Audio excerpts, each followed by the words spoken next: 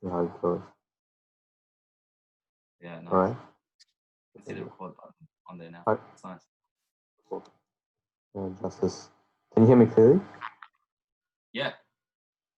Cool. What I've realized is that if using some sort of headset, whether it's headphones or proper a full on headset with that really good mic, Yeah. it gives you really nice clear sound.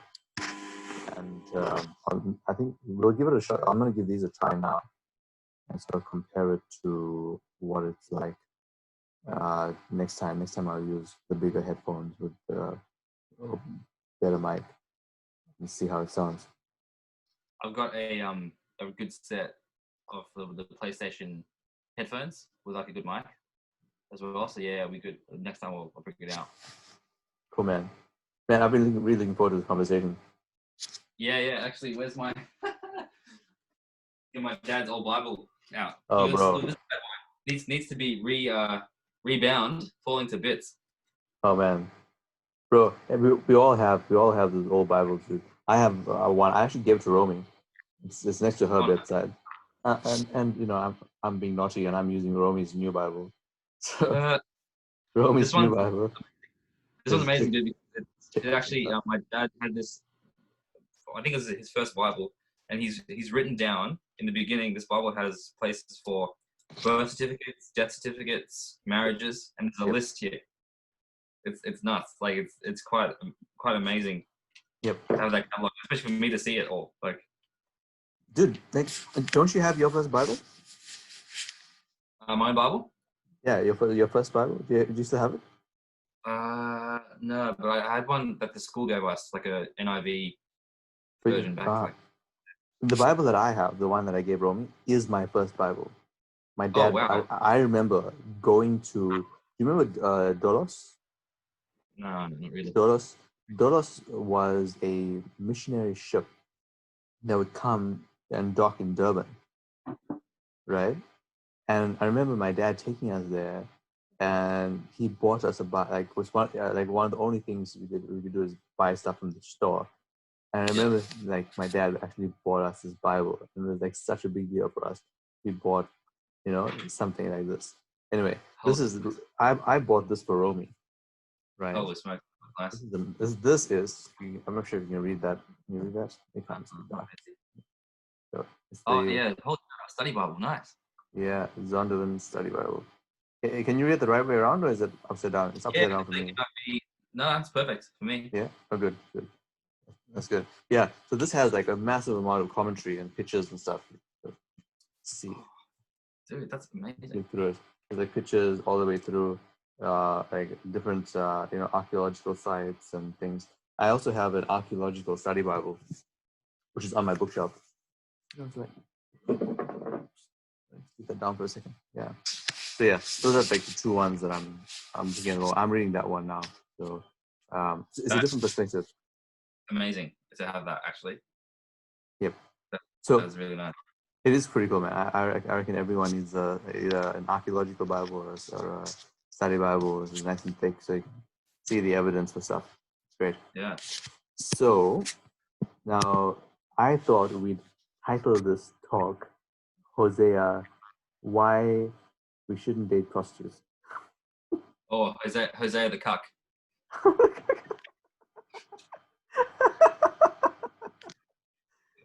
Oh man, it's a good thing your mom's not around, his sister's not around.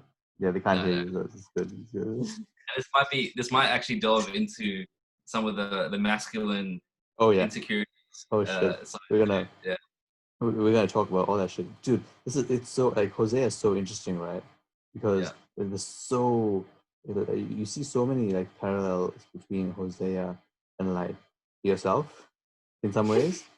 Right, like myself anyway. I want to say you were me in some ways, and I don't know. Like I just feel it feels like how can I describe it? It's almost like I see this in people as well, and other people. I've seen this in my life before I knew how to deal with women. Right, you know when you're in that what's the word? That beta phase of your life. Yes. You know, you're chasing that unattainable girl. Yeah. You know what I'm saying? So like, did you end up reading the whole of Hosea before? No, I actually didn't. It was longer than I thought. I told you it was like 4 chapters. It's more like 14 Yeah, it chapters. was like 14. I was like, okay, Yeah. I skimmed it a bit, and then I went halfway through the video you sent, which is pretty cool. Yeah, those videos are really nice. Yeah. Yeah. So I subscribe to them. I like them what they do. yeah, it is pretty cool. I actually, because we're putting this on YouTube as a discussion sort of thing, right? We should probably explain context. You know, so like the video we're talking about is from what was it called again? Overview Hosea by the Bible Project. Bible Project. That's right. There were a few good videos. There's quite a few. There's also Fuel Project, which I watched as well, which is pretty cool. And I was thinking, like, if we're gonna put this on YouTube, we should actually create like our own Gmail sort of thing, right? And YouTube account to put this on. And I was thinking we could call this the Joseph Brothers, or better yet, the Brothers Joseph. Like the Brothers Grimm. Yeah, that's right. The Brothers Joseph, right? Also, it's a bit of play on terms there because like the brothers of Joseph, you know, from the Bible, right? Yeah, it's the cool. Brothers Joseph, right? Anyway, yeah. Let's do it. That's what I thought. Yeah. So I'm in bed at the moment because it's quiet and like Romi's feeding baby and her mom's out there, and I thought it'd be a bit easier if I could talk here without any major interruptions and not hesitate to say things in front of the old lady. Yeah, nice. So yeah, but so Hosea, right? That the whole story, right? Just to recap what Hosea is about, right? So essentially, there's a prophet, right, who lives, from my understanding, around 700 BC ish. Is that right? Something like that, right? And he hears a message from God saying that go marry a prostitute, right? Well, that's some crazy shit, right? And he goes and marries a prostitute, and they have kids, right? 3 kids, but like they're probably not his, right? Or maybe they are his. Who knows? He wouldn't know. He wouldn't know. Yeah. Anyway, Why is this kid blonde-haired and blue-eyed? Sorry? Yeah, it's exactly one kid's black, the other kid's white, right? Another kid's a bit brown. One kid's blonde, one kid's black hair, one kid's brown hair, blue eyes, green eyes, brown eyes. And actually, that's a big deal because I think that is, that's initially like that's a practical side of marriage is so that doesn't happen. Yeah, right. Like evolutionarily, it's like that's the point of marriage. Is so you, as a man, you're not raising someone else's kids. That's like like because you want to make sure that your line is thriving. You don't want to be cucked like that. It's devastating. Right. But you know what? Like statistically speaking, right? There's actually a lot of men out there who are fathering kids that aren't theirs. And they don't know it. Have you ever seen that documentary called The Red Pill by this journalist? The Red Pill. So it's very interesting because it talks about cases where fathers find out that the kids that they were raising and who they've grown to love as their own were not their kids, and then the law requires them to continue to pay child support when they decide to leave. Whoa, that's hectic, dude. Yeah, it's crazy stuff, man. Continue to pay child support. Yeah. Or even worse case, there's other cases where the mum gets pregnant. She doesn't want the baby, but then she has a baby, and then she puts the baby up for adoption, and the dad has no say. The father has no say in his own child. So the father's literally trying to get his kid back. And he wants this is a documentary on Netflix, or where is it? No, so I watched it online. I'll send you the link. It's very, very good. This lady, she came in as a feminist, and she wanted to find out what's this men's movement about, and how can men have the audacity to have a movement when females are the ones being repressed, right? But then she uncovers what's actually going on behind the scenes. Very cool. Wow. Yeah, send me the link, bro. Or it's called The Red Pill, right? Yeah. Okay, maybe I will try and watch it when I have some time. man, it's like, yeah, like it's just amazing. Like when you actually look at the number of men who are affected by women badly, it's actually scary, right? Mm-hmm. Yeah, I mean, like, the media will portray women as being the victims, and yeah, there's that element of that, for sure. But I think there's a lot of men out there, more than what they're willing to admit, who are going through some tough shit. Like I've heard, like, women have never opened up to me, right, about what's going on in their marriage. But I've had men open up to me, like being a doctor, right? I have patients, men, who will open up to me about, the stuff that's going on between them and their wife, like their exes. Yeah, dude. I've had like must have been maybe 2 or 3 people, like my 10 years of being a doctor, 10 years, 8 years now, right? Like who like really opened up to me, and all you can do is just listen. Like, what else can you do? Like, I'm sorry that you had to go through this. No, no woman, no woman. Maybe one or two, maybe one. You know, Mm. who's opened up, and that's like when somebody who's come in who's been beaten by a guy, right? And you got to make sure that she's okay physically, and that's fair. It happens, right? I'm saying it doesn't happen, but it's just amazing what guys go through. And I Yeah. think that's there's that group that Jordan Peterson talked about too. That he said he thought was actually um, his opinion of them changed. Do you know about this? Yeah. Was it incels? Not incels, no. It was Okay. about it was a men's group. I can't remember the name of the group now. It was a men's group that he said that um, uh, he Men didn't go his own way. realize. I think maybe it's men going their own way. Maybe that's the Yeah. one. Yeah.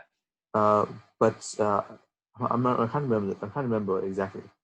But essentially, these men went through really tough relationships and tough breakups, and Yeah.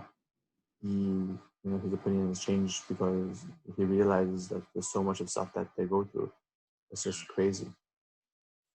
And I mean, look, most guys who've been through bad breakups, right, know Mm. what the power that women have over them, really, right? Yeah. Man, yeah, exactly, exactly. It's very interesting. Yeah, because it's one of those things where you can't even begin to entertain the thought of men uh, being underhanded by women now. You can't Yeah, entertain the idea of the conversation, unfortunately. But that's the way it is, man. But we're in a time of virtue signaling and not a lot of facts. yeah, that's true. I actually had got into an argument today with my colleague. So on the weekends, we have 2 registrars on covering the surgical team, right? And it was a good day. So we said we told the intern, come with us. We'll go get coffee. So we were there for about 45 minutes or so. Like I said, not too busy. And we were just sitting and having coffee, and we were just discussing the idea of systemic racism and what it actually means. And like from the get go, I knew this guy wasn't listening, right? You got those people, that they already have uh, what do you call it, the narrative in their minds, and that you Yeah, can't have a conversation with them because they just don't listen to what you say. yeah, So, but I tried, I tried to say it, ask him questions. They were like, what do you mean by systemic racism? Like, yeah, what's your evidence for this, right? And yeah. I mean, look, he made a few good points, and like, here's one thing about this guy. Like from a personal level, this guy is like the biggest whinger I've ever met. In terms of I've ever worked with. Sorry, put that way. The biggest whinger I've ever worked with, complains about everything, and I'm like, man, like, dude, just grow up, man. Shit happens. Don't complain about it. Anyway, whatever makes him sleep at night at the end of the day. But like, and he was saying how everybody's racist, and even in the hospitals, people are racist. But I'm like, Was he okay, was he a white Australian? no, he's actually from Sudan. So Okay, he's not black. He's like he's like brown, so like a light skinned black person, if I can describe that.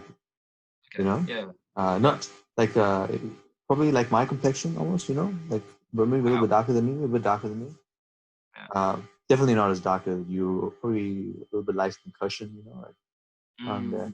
Yeah, like uh, like like personally, right? I don't know. I don't look black, right? But I don't feel like I'm affected by racism here in Australia. How do you feel? I don't feel like I'm affected by racism at all here. You And I don't feel think like, right? I don't, and it feels weird. Yep. I was having a conversation with Yep. Atalia, and she was and I questioned her as well because she was saying, Yep. yeah, like people are racist. I had this. She told me this one story where Yep. someone pulled up next to her in a Yep. car and was Yeah. doing and was playing Indian music next to her, and he was doing one of these ones, like in the car, right?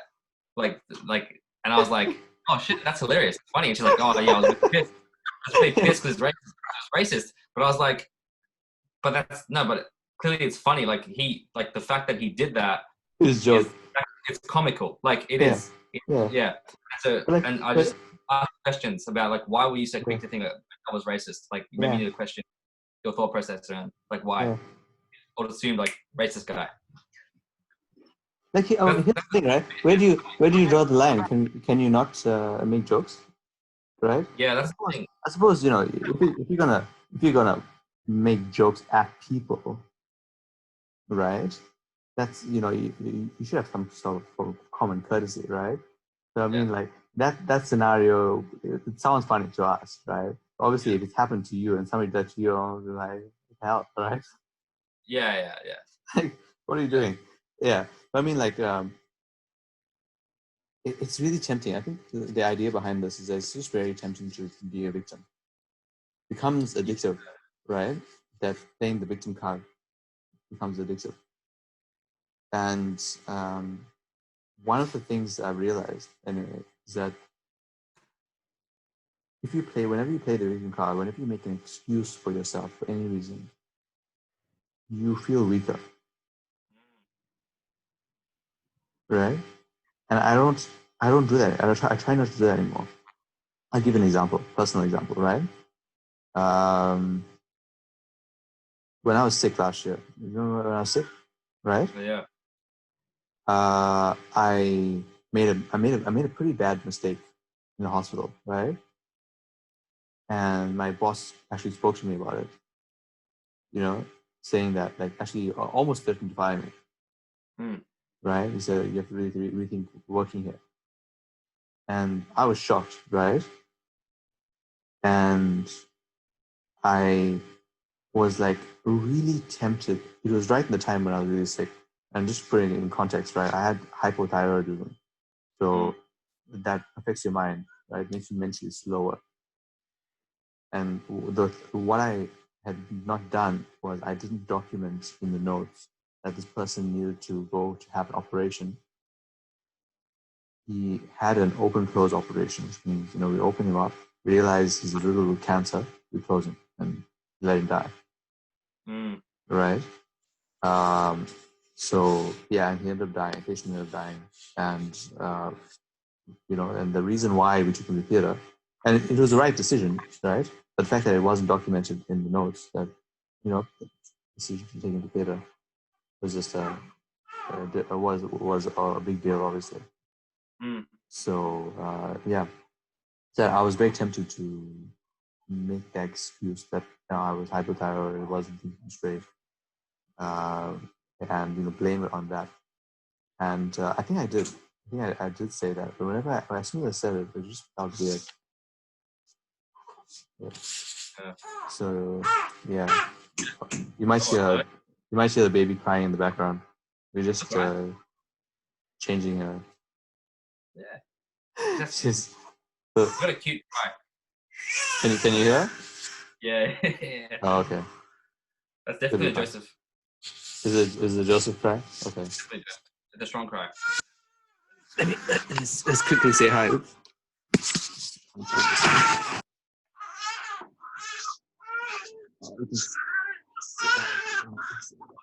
Oh, hello. Oh, hello. Someone made won't expose it. But yeah. Too many way to expose on. Yep. Anyway, we veered off topic like a lot, right? Yeah, you did. But yeah. What? Let's let's pause it here because we're gonna probably wait till the baby stops crying. Okay. We can actually talk. Give me a second. Yeah, cool. Pause. Give me a second. Right? Okay, good. So yeah.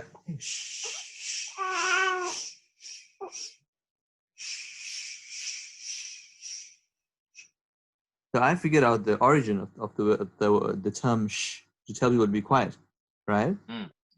It's from the flow of blood in blood vessels in the womb. This is what she hears in the womb. No way. Think about that, right? That's exactly right. She responds so well to not a single shh, but a nice rhythmic, like what? Shh, shh, shh. This little sound. No way. That's amazing.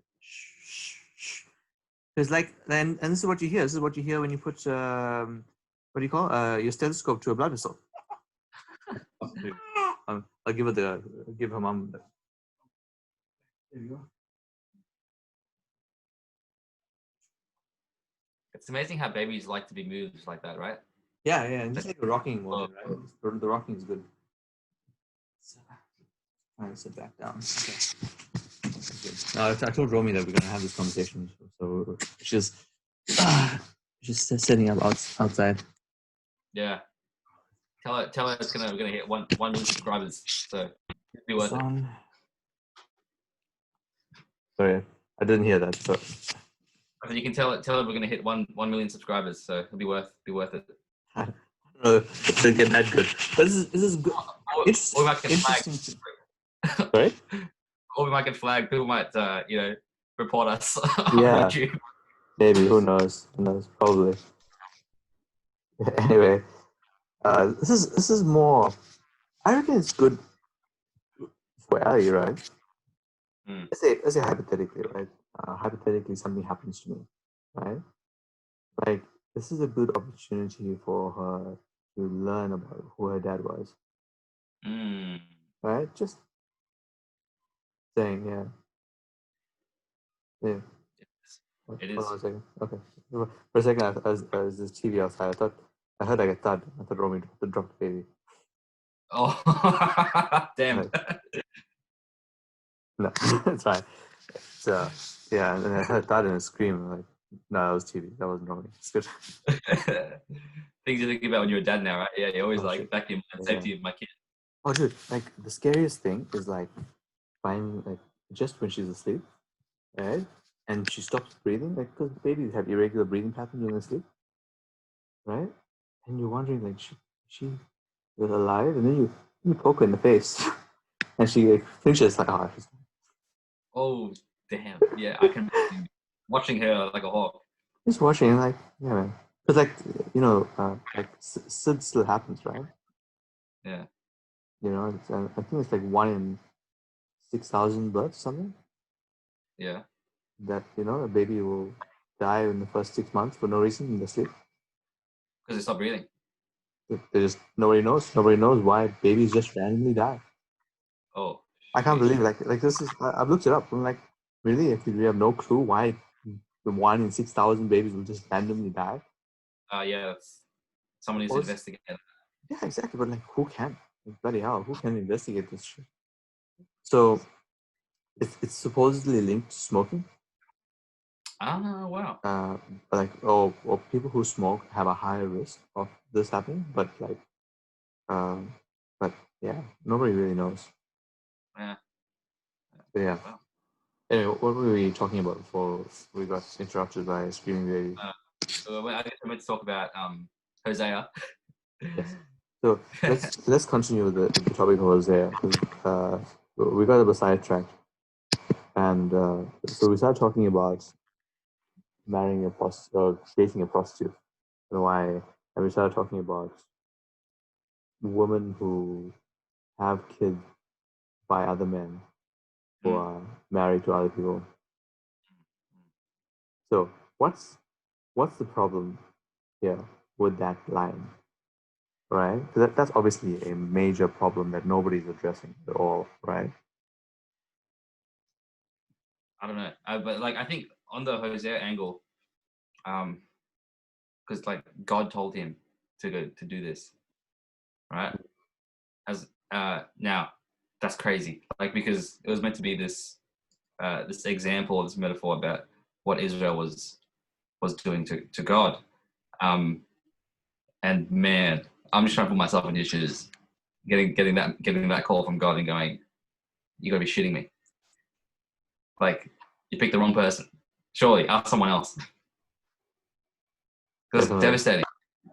Well, I actually haven't thought of it from that perspective. I thought of it from the other perspective. I thought of it. So I have been thinking about it rather, right? So I'll hear your perspective, right? But in a second, but I'll just give you a quick summary of my perspective where I was looking at it. I'm looking at it through more a atheistic perspective. Okay, Right. saying there's actually no God in this matter, right?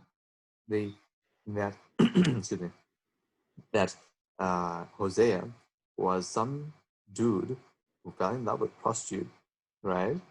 And he essentially all of these things happened to him, and he is using God as a excuse to justify his actions. I like that angle a lot because that has more utility in this conversation. I think that to some degree, right, that you can think about it from that perspective, right? Now, I'm not saying I'm not disputing your perspective. Actually, your perspective is absolutely, valid, and we should definitely talk more about it. Why don't we talk about your perspective first, and then we'll talk about my perspective, and then we can sort of bring it together. How's that sound? Okay. All right. Yeah, go for it. Yeah. Yeah. So I mean, from that perspective, there's a lot of questions about.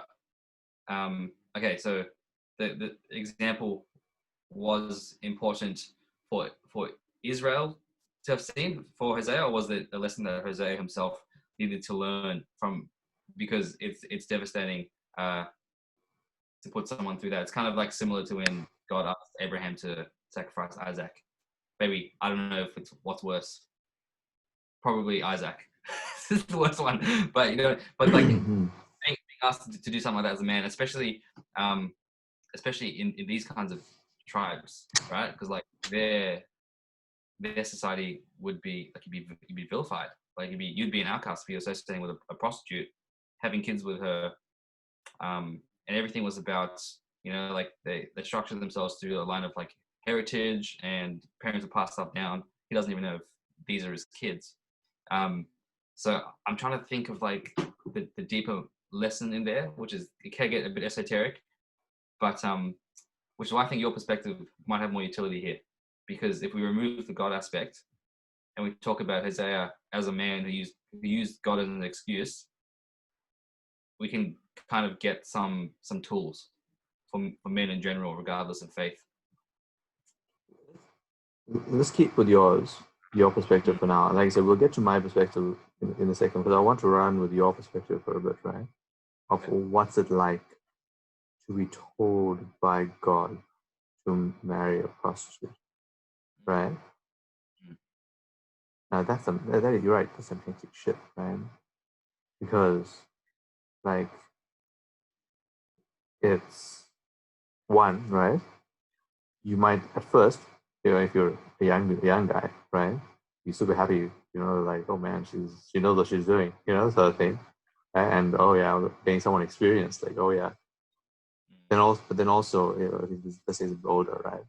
More mature, which I mean, like that phase where you're like sexually mad, right? It's actually a pretty short phase of life, right?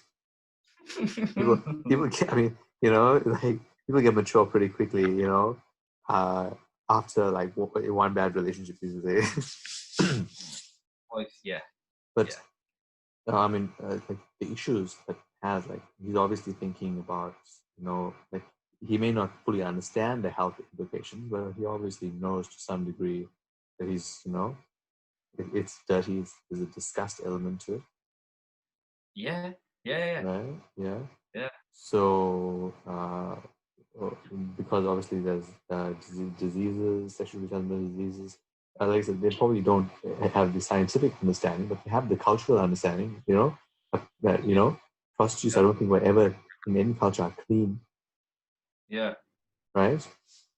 And then I mean, even Yeah, like the fact, having your fun with a prostitute is different to marrying one, because like that's marrying right. marrying a prostitute, it's like and then I think especially we don't see the gravity of marriage as much now today, but then back in those cultures, it was the joining of like not just two people but two families. Like, Yep.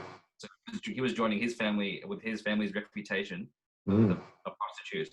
So it's like Mm. he's pulled everyone into his Oh shit shit! mess. I didn't even think about the family. He pulled everyone into it because Yep. so it's a big Oh deal. man. Like, not just Hosea Yeah. going through this, pulling his whole and reputation is a big deal, especially back then. That's how you trade. People buy from you because of your reputation. Yeah. Yeah. That's wow. It's crazy. It's really weird, It man. is. It's a Yep.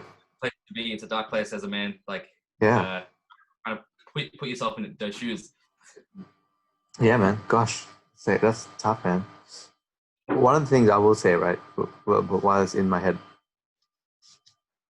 being a prophet has certain responsibilities that are much higher than the general population, right? Mm. So, like, let's say I mean, like Moses, for example, right? Moses' responsibility was to lead his people out of Egypt, sorry. Yeah. And like that, he obviously was held to a higher level of accountability, right? Which is why when God told him to speak to the rock, he struck the rock. He wasn't allowed into the promised land, you know. Yeah. Because You he's know, God's like, you should have known better. so Yeah. yeah. Yeah. So when God tells you to do something crazy like that, you better do it. Like if you hear it, if you have the privilege of hearing God's voice, you can expect there to be high consequences, And this echoes throughout the Bible, especially in Jonah, right? Yeah, especially in yeah. even Right? Samuel's story. Even Eli fell off a chair, broke his neck, and died because he was held up to a higher standard. Because he didn't Yep. take on the responsibility that was given to him. Yeah. So like with the Hosea, right? Like Hosea had to do this, right? I don't think Hosea goes into how he felt about this. Yeah. From going through, I need to go through it again in more detail. But He does lament a little bit because the prostitute leaves him again. oh yeah, definitely, of course. Yeah. But it's a but it seems like he does love her. Ah, right. That's You right. see, as far as I'm aware, so I don't know how that comes about unless This you do sort of look at it from the atheistic perspective where it's just a dude who fell in love with a prostitute, right? See, this is where I think the Bible shines, because it it actually, this particularly the fact that he loves her brings out the metaphor of God's love, because Yeah. we are the Yep. prostitutes, Yes. and that is God's love for us, and That's then it. makes me think that in Hosea, God spoke to him intentionally because he had this level Yep. of love to provide the example for Israel. Yeah. So like even when they have kids, right? Like I suppose the kids is like a whole new topic in itself because like they have three kids and the names of the kids, right?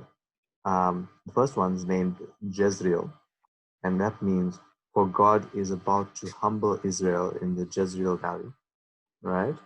The second one is Lo Ruma, which means not loved or not pitied. The third one is Lo Ami, not my people. Like those are hectic things to name children. Imagine you name your child not loved. What? Which makes but it's weird because now it makes me think that it wasn't actually his biological kids. Yeah, of course, they're not his biological, and he probably knows it. Gomer probably knows it too, Yeah. right? And like I remember I listened to the sermon once, right? and the sermon was, um, one of the African American pastors. I think maybe T. Jakes. I'm not sure. Um, and he was talking about, imagine you are in Hosea's shoes, right? And you come home and you can smell perfume in the air, right? The lights are dimmed. You walk into the house and it's a very nice, sensual environment, right? And then one, right? Either two options. One, you find another guy there doing your wife, right? Or two, you come home and there's nobody there, just your wife, and you wonder what's just happened. Mm. Can you imagine that's going through your head. That's yeah. Right? I can't because it brings up. I don't know if you have the sense. Even thinking when you tell a story, even thinking about that, it brings up this level of masculine aggression all of a sudden. Oh yeah, right. Like Yeah. there's this anger, right? Maybe that's really interesting, right?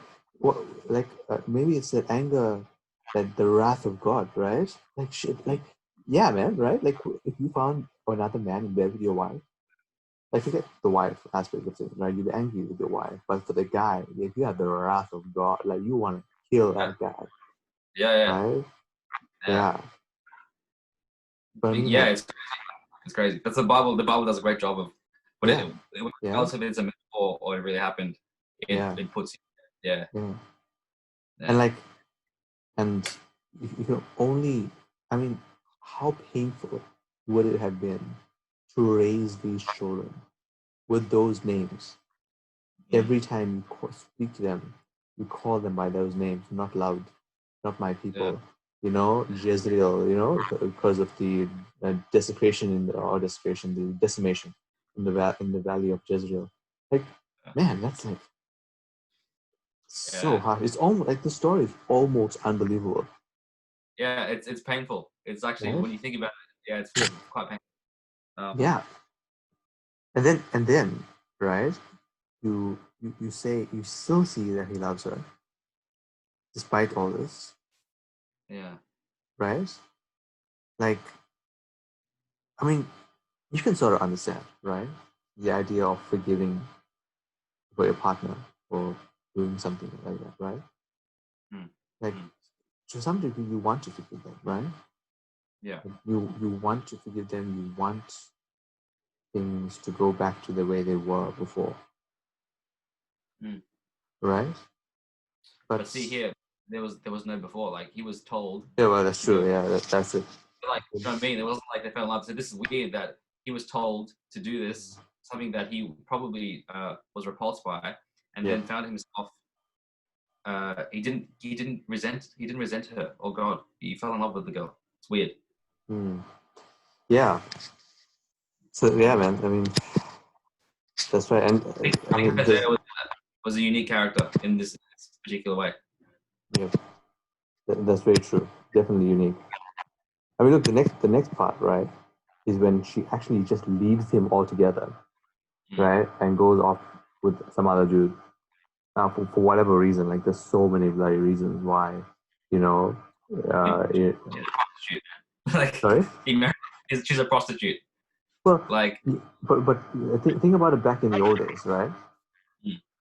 Back in the old days, why would a prostitute leave a marriage for another man? that's true. You wouldn't want to go back. I mean, I'm Right? assuming you would You go back have to. you have the security of being married, right? Like you're obviously thinking she was offered something more permanent or better. She must have been offered something better, right? But obviously, because she's just a prostitute, this guy obviously, let's give him a name. Let's call him Lucien. Lucian. Lucian, okay? Lucian, like from Lucifer, right? We're from Lucian, right? So Lucian tempts Goma, right, away, Oh, what a sexy name. right, to to a better life, Like Yeah. they come, they come sit in my Lamborghini, you get to drive around my Lamborghini for a $5 blowjob. Yeah. But this, I bring that up because when I was a kid, it sounds wrong. Yeah. It did start real weird, a little bit. But, I was a kid. I was in high school, right? And we went to this comedy show, right? Like my drama teacher was super into the arts, right?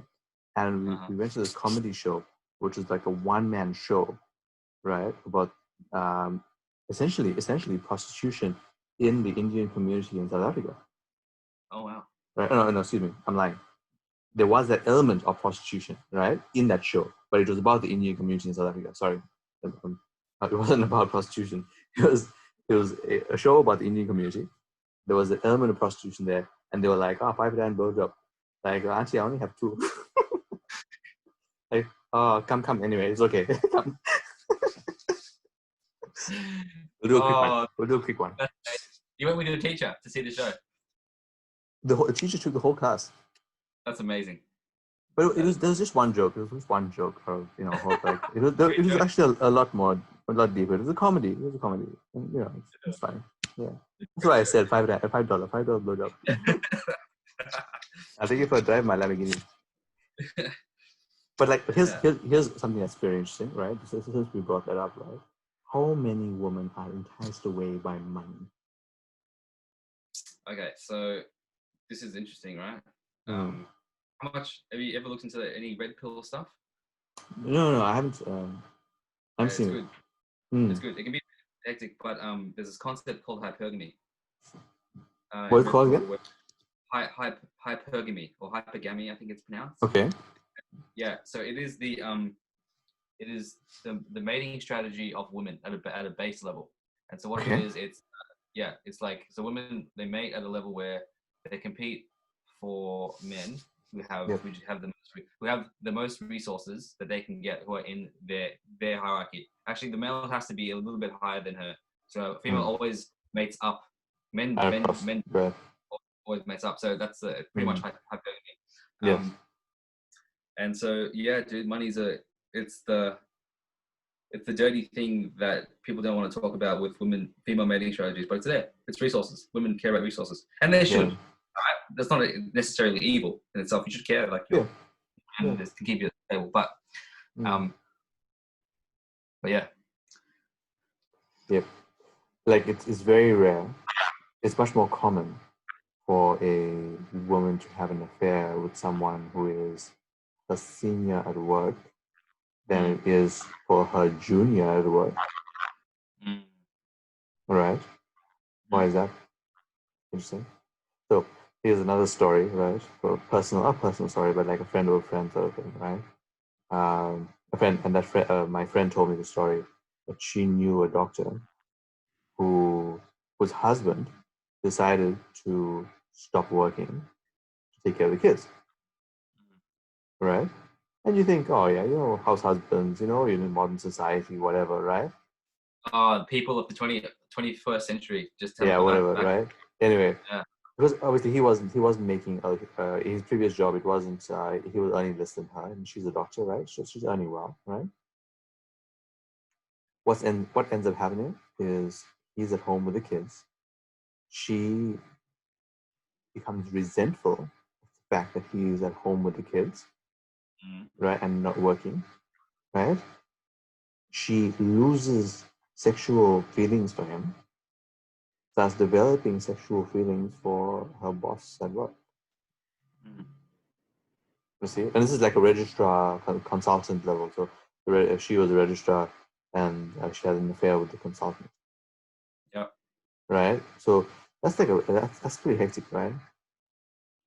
It makes sense, but it does, right? It does. It's just like, psychologically speaking, it makes perfect sense. You have a complete masculinization of the husband, right?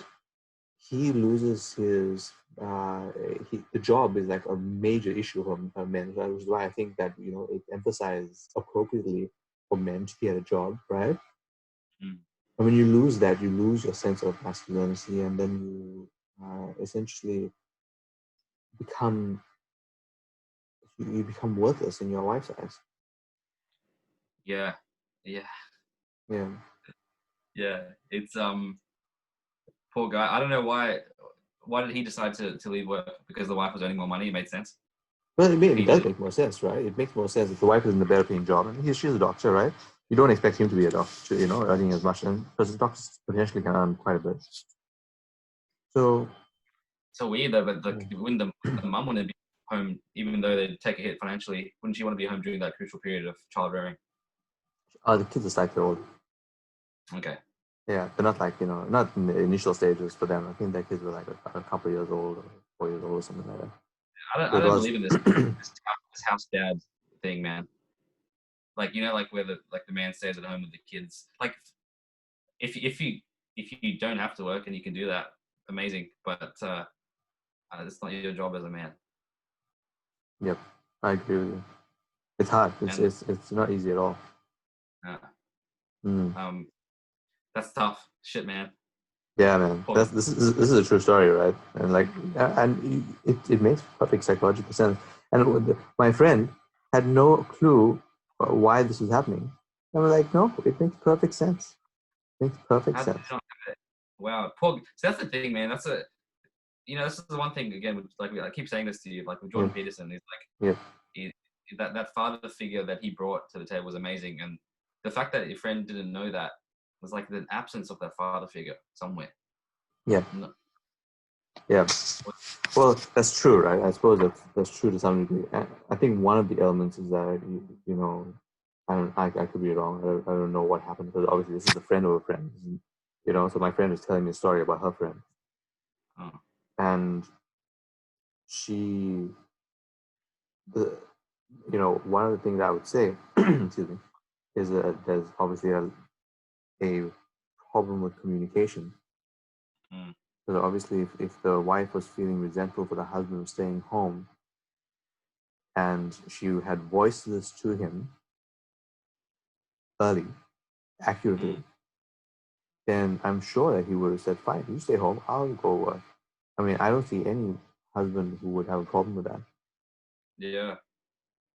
Maybe some, I don't know. Maybe I could be wrong, Only problem with that is we're expecting that female in that story to act like how a male would act, and how we expect it to act. Yeah. That's what if we had an issue with the issue in guys, you'd expect that. Like that's fundamental. Like if you voice it, we sort it out. But it's women different. Definitely different, isn't it? Definitely different. I think one of the good things, what I really like about Romy and I, is that we've told each other, like, we have to be brutally honest with each other. No matter how much it hurts the other person's feelings, we have to be completely honest. Like, she asked me, does this make me look fat? I tell her, yes, it makes you look fat. Yeah. So, and it's complete honest, Yeah. Answer. If it makes you look fat, it makes you look fat. Yeah. Am I putting on weight? Yes, you're putting on weight. Lose some weight. Like, hey, I'm not perfect either. She tells me, when I'm, falling behind. But, I think complete honesty is like something you have to like really push. Like, it's hard. It's not easy. Shit. Dude, and like, one thing, like, looking into some of this Red Bull stuff, and they were saying even with the communication side, like say, most people in like, I guess new relationships, maybe not married, but they were saying like, look, oftentimes when the girl's saying we need to talk about the relationship, let's start talking about it. She's already been talking about it. By the time you hear about it, she's already talked about it with a friend. She knows what she's going to do. She knows that it's over. The talk is not so you can sort it out. The talk is her making the exit strategy. She's done the work already before the chat began, which is interesting. That's the difference between male and female. Yeah. I made her talk a little quieter. The baby just came back into the room. She was sleeping, so I'll just sort of lower my voice a little bit. But yeah, gosh, that's crazy, man. I'm definitely gonna look up this Red Bull stuff. Yeah, it's good. I don't think Yeah, because we get a lot of, I don't know, I don't want to veer off too much into this, but like the feminization of men is just harming men. definitely, definitely. It's really sad. Yeah. Let me see. I have this little summary on Evernote on Hosea. Let's see how far we've gotten through this. Yeah, yeah, Okay, so we started talking about Gomer leaving Hosea. Like, that's where yeah. we're. Leaves him. Here's the next bit is when Hosea takes her back. Yeah. Now that's like Again, shit. the story gets more painful. Yeah. Uh, I'm gonna have to pause this for a second, man. Baby's waking Yeah, up. I'll 1 second. yeah. Pause. There we go.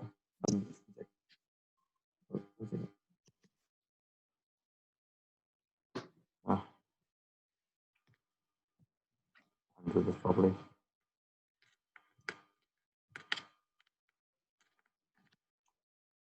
Sorry about that, man. Yeah, I'm probably gonna have to go in a few minutes, but I think we can finish. I think we can finish talking about this topic. Probably quite a bit actually, which is really cool. I don't know. Are you finding this really cool to actually have a topic to discuss? I like it because it's like just talking about it is giving me like different perspectives on the Yep. story itself. So, like, let me quickly get through the rest of the story. Like the idea that Hosea takes her back. That's crazy. What the hell? Like, is that like, did God tell him to take her back? Right? And that's probably what ended up happening because I think like I think he finds her somewhere, like it feels like he finds her in a cage somewhere, you know, like as a slave, and he has to pay, to get her back, and he does. He actually does. He has to pay to get her back as a slave, and that's crazy, right? Obviously, it's an analogy of us being slaves to sin, right? Lucian, an asshole. Takes the wife away and then puts it sells her in slavery. Yeah. Anyway, it's being a slave to sin, right? And the price that is paid is clearly Jesus, right? He has sacrificed his son, and it's not an insignificant cost, right? It has to be a great cost to Hosea, which is like amazing, right? And there says, and also, despite this large cost of paying payment, there still needs to be a period of time for Gomer to reacclimatize herself to being back with her husband after being away from him for such a long time. And even then, you don't know whether she's completely changed or not, right? I mean, maybe, but they say, right, a dog will always return to its vomit. As a prostitute, she might just go back to selling herself. Yeah. You see this with with drug dealers. Not just drug dealers. You see this with people who are promiscuous, right? Guys, not just women, guys as well, right?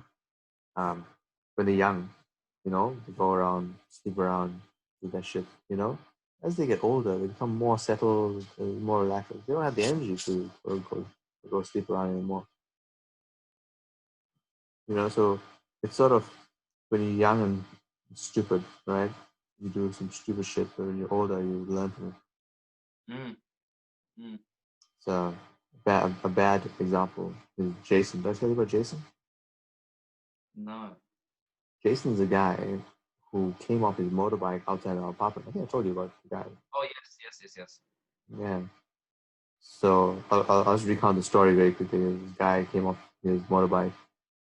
He had crashed in the middle of about 9 p.m. I'm having dinner. Roaming. We go to the balcony and we see the motorbike in our driveway, but the person's on the middle of the road, like 50 meters up the road. And, he's in a weird position. People are gathering around him. And I'm like, oh shit, grab some fishing gloves, run down. And like this guy's leg is literally hanging off, his body by, like it's just hanging off. There's so much blood. It's literally flowing down the gutter into the drain. And like I'm essentially handling a major trauma, outside my apartment, and like, and there's kids around. It's pretty hectic. I was like, take this kid away, bloody hell.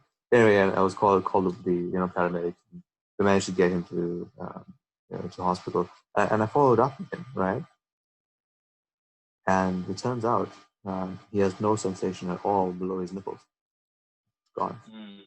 He can't walk anymore. Yeah. He can't. He's paraplegic. Jeez. Young guy, in his 20s, early 20s, having fun on a motorbike, took a bad turn, came off. Early 20s. Early 20s. Who are you going to blame? Exercise, motorbikes have a 100% accident rate, bro. 100%. So bro. if you own a motorbike, you're gonna crash once at least. You will crash at least once if you own a motorbike. Maybe the first and last crash you ever have. That's it, man. It's definitely the case for Jason. I never now whenever I see a motorbike now, I'm like, man, it looks nice. So it looks cool. I'd never get one. No. You just need to know one person. Dude. Yeah. And even Romy, Romy was a big fan of motorbikes. Like, she really wanted one. And I asked her, every time now I ask her, you remember Jason? And she's like a look of complete fear. And I was like, yeah, I remember Jason. Yeah. Scary. No, there's another story. I don't know if it ties in, but they put that one out. This week, pretty much one of our family friends, right, who's driving, who's speeding. I think 3 weeks prior, he broke up with his girlfriend. Yeah. And then he had his birthday, turned 26. So he's speeding, wasn't under the influence, totaled his car and another car, and then tried to flee from the scene. Right, so he ended up getting picked up by the police. They charged him, and then they took him to the hospital to get treated. I don't know whether his family knew about what happened, but he got discharged from hospital the next day, went home, and then hung himself with a power cord. Someone died? He died. Passed away, No, 26. in the accident, you said he totaled the other cars. Did other people die? No. So his dad came home after 6 hours after the shift to cut him down. And this was your family friend? Yeah. So family friend. So I remember this kid, right? Do I know this guy or? Wouldn't have met him, but you know people he knows. Okay. So yeah. So it's crazy because I remember this kid. We used to see him at functions. Happiest kid, happy-go-lucky. 26, man, and just literally ended it all because I think he had thought he made a stupid decision, and I think he saw no way out besides suicide. That's terrible, bro. Shit. Yeah, that's actually was kind of rattled me for like a day or so because I was thinking like, how do you know the person? I'm like, I know this kid. It's like we used to, I see him around, we used to laugh and joke and stuff. You never think, like I'm like, not him, surely not. It's nuts. Which I guess brings me to the point, like I don't know if this ties into masculinity, but when you screw up stuff so bad, what Jordan Peterson says is like nothing is so bad that you cannot make it worse. It's like, when you screw up something so bad, it's like that is the time to start whatever little bit you can in fixing it. And to somehow, I don't know how, but to be empowered to fix it, not to end it all like that. What a waste. Yeah, man. Dude, like, shit, man. Dude, suicide is tough. I mean, we've all been places, which we think we can't get any lower. Yeah. Right? Like, it's just part of life, And, part of, well, I think part of the whole idea of staying in the game is knowing that there are people who care about you, who need you. and you think that you think if things can't get any worse, things may not be able to get worse for you, but they can damn well get worse for your family. You feel Oh yourself, yeah, right? yeah. So like that's the only reason not to do it. That's mind you, Mm. I'll be honest with you. Like, when I was going through my initial breakup with my ex, I mean, I was more devastated. I thought about ending things, but then I thought like my family would be horrified, mortified if Mm. something would have happened to me. I couldn't do that to them. That was one of the reasons why I didn't do anything. But I mean, obviously, other things, were going on too. But I mean, that's one element, definitely. Yeah, yeah. It's Yeah. scary. Yeah, it's Yeah. Sorry. Well, look, speaking of, I wanted to actually ask you about this. What do you think of David Wood's testimony? Oh, it's insane. I Insane, think right? no one could have described it to me. I needed to watch it. Yep. Yep. Like, I reckon like the road to Damascus doesn't even hold a candle to that testimony. That's a hectic testimony. And Yeah. honestly, his points were he's like, look, there is no reason. I felt nothing, and Yeah. the points about the morality, why you need a moral structure Yeah. is is brilliant. I would love Brilliant. to hear a conversation between him and Jordan Peterson, Yeah. specifically about his pathology, because he's still a psychopath. Mm. You see, he's still a psychopath. Like, I watched a recent interview. There's a guy by the name of I think Eric Metaxas. Yeah. I don't know if you know him.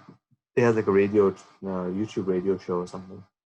Uh, And he interviewed David Wood recently. And they spoke about this video that David did, the one I sent you. And I was like, he goes into a lot of detail about that video.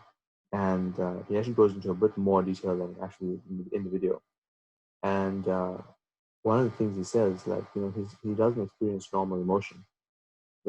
Somebody dies, or, he just doesn't feel it. When Nabil died, when Nabil was his best friend, he didn't really feel anything. Then when he said that when he spoke to Nabil's parents to offer his condolences, he felt something, but he felt something for an instant, and then it was like gone. mm. So he thinks it's somehow linked to the communication and the ability to communicate emotion, Whoa. which is interesting from a psychological perspective, right? Yeah. I mean, I wouldn't if you didn't tell me. If I didn't watch the story, if I just saw him speaking randomly somewhere, I never would have guessed that he Yeah. was like a functioning psychopath. Dude, he's a Christian apologist. I mean, and he's a good one. Not even like to Muslim people specifically. Mm. So like it's really hard to be an apologist to Muslim people. Really hard. And he's Mm. like, man, he's doing an amazing job of it. I mean, he's a bit crazy. He does some crazy things, and he makes fun of Muhammad, which people don't do, right? Yeah. You value your life. Yeah, exactly, right. He doesn't But he feel like does. he doesn't feel the fear like we do. Yeah, that's right. He doesn't. He doesn't fear. Yeah. That's one element. You could say that's like a blessing for him. He doesn't have any Yeah. fear. Interesting. I mean, good to Yeah. see someone like that doing a job that only he can do. Yeah. It's so interesting, right? So Yeah. interesting. Yeah. Back to Hosea though. Let's not deviate too much. The Now, my perspective, right, of taking it from an atheistic perspective, right, which is sort of how I was thinking about it. Like, this is just a dude who fell in love with a prostitute, right? And what does that say? Like, we've all fell in love with prostitute, right? I think I know what you're getting at. Yeah. Right? We've all fell in love with prostitute, right? Uh, Whether you know, if the prostitute itself is something metaphysical or something like something physical, like let's say for example, pornography. Pornography is a great example, right? Gives you a hyper, what's the word? Hyper Sensation. realistic or hyper Yeah. sensationalization of sex, an unrealistic expectation. That's the word what I'm replacing with, an unrealistic expectation of sex, right? And it ruins you, right? It ruins you for normal sex. So it loses the intimacy of normal sex. Well, Yeah. I mean, I think in the study, people are having less sex now than before. That's bad, right? It's bad. You should be having sex with your wife. Like Yeah, seriously, man. Yeah. it's Like, maybe you want only job as a man if you can do nothing else. yeah, that's right. Maybe make a baby Yeah. if you're we also lucky. have we have half the level of testosterone as our grandparents did. Apparently, as Yeah, yeah. dudes. I Yeah. think that's why there's a whole lot more women being born. I actually think, what I've noticed anyway, is that people who are super aggressive, right? Mm. Like who you think have higher levels of testosterone, are usually the ones who have boys. Okay. But I could be wrong about this. I don't know if it's true, right? But people who have lower testosterone, a bit more sedate, a bit more Mm. calmer, are more likely to have girls. This is what I have sort of noticed, sort of, That's pretty cool. right? I could be wrong. I could be wrong. Yeah. So there's nothing scientifically backing my claim, but like this is just what I've experienced Yeah. Wow. from my own like life, looking at people and things. Um, I definitely see like very aggressive people having boys. Definitely Okay. see aggressive guys, right, having boys. Yeah, Mm. girls. Yeah. It's an interesting thought. I just I thought I might mention that, and like Yeah. maybe it is. Maybe we're all turning into women slowly. Yes. Yeah. Yeah. But the idea that like Hosea falling in love with a prostitute, right, and somehow trying to justify all these things that has happened to him, and then take her back still. Like we look for excuses, Mm. right? We look for excuses. We look for reasons to go back and run back to the thing that we know is hurting us, Mm. right? Bad relationships, for example, right? We look for reasons to stay in a bad relationship, Mm. right? Now, I'm not saying this is biblical. I'm saying like I'm looking at this from a psychological perspective, right? Which is may in fact be the opposite of what the Bible wants us to think, right? Yeah. Mm. Is it, you know, Hosea running back to Gomer? Maybe Gomer was all he ever knew. Probably was all he ever knew, right? Running back to her, sacrificing as much as, quite a lot to get her back. It happens, right? Even though Gomer is still a prostitute, still sticks around. It's like the typical story of the girl who is in an abusive relationship but keeps going back to, gets beaten, goes to hospital, gets cleaned up, goes straight home. Yeah. Like she can go to her parents' place, right? Go straight back to be like, no, he still loves me, you know? Mm. Yeah, Yeah. yeah. Yeah. That's heavy. Interesting, right? Yeah, it is.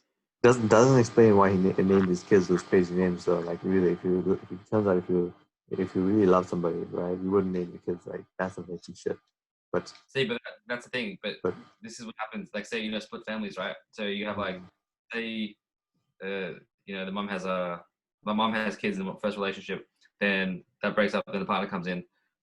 The partner, the male, that's not his kids. So what happens is he resents the kids from taking attention away from him, from the mom's attention. So if this makes me think this is not his biological kids. Definitely. The statistics on that is so crazy. Like we actually learn about that in medicine, Oh, right? seriously? Yeah, like the number one abusive relationships occur with stepfathers, Mm.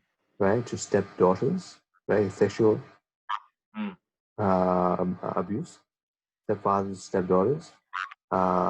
What else? Yeah, like children from broken homes, like just generally have worse outcomes than children. And this is like a clear cut fact. Like, it is well known and well documented that people who come from a nuclear family, mother, father, and children, Mm. right?